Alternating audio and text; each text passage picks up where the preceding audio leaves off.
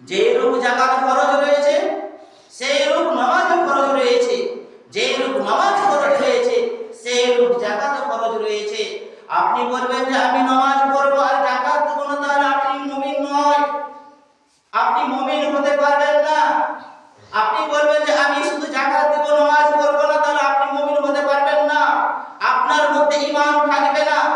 যে ঈমান ভঙ্গের কমসে কম 10টি কারণ রয়েছে, তার মধ্যে একটি এই কারণ রয়েছে যে আপনি জানেন যে ইসলাম ধর্মে যাকাত ফরজ রয়েছে, আর আপনার উপরে ফরজ হয়ে গেছে যে আপনাকে যাকাত দিতে হবে, আপনাকে উসুর দিতে হবে, আপনাকে ধান দিতে হবে, আপনি মাকাই দিতে হবে, আপনাকে টাকা দিতে হবে, আপনাকে সোনা চাঁদি দিতে হবে।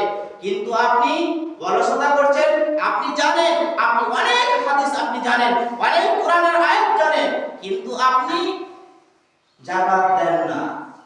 তাহলে এই 10টি যে ঈমান যে চলে যায়, ঈমান ভঙ্গ হয়ে যায়, ঈমান নষ্ট হয়ে যায়, তার মধ্যে একটি হচ্ছে এটাই যে অলসতা করে যদি আপনি ফরজ কাজ যদি আপনি ছেড়ে দেন, তাহলে আপনার কাছ থেকে ঈমান চলে যায়, আপনার কাছ থেকে ঈমান চলে যায়, আপনি শুধু মুমিন থাকতে পারেন না। তাই এই যাকাতের সময়তে আপনাকে যাকাত আপনাকে পরিপূর্ণভাবে আপনাকে দিয়ে দিতে হবে। যাকাত হচ্ছে আপনার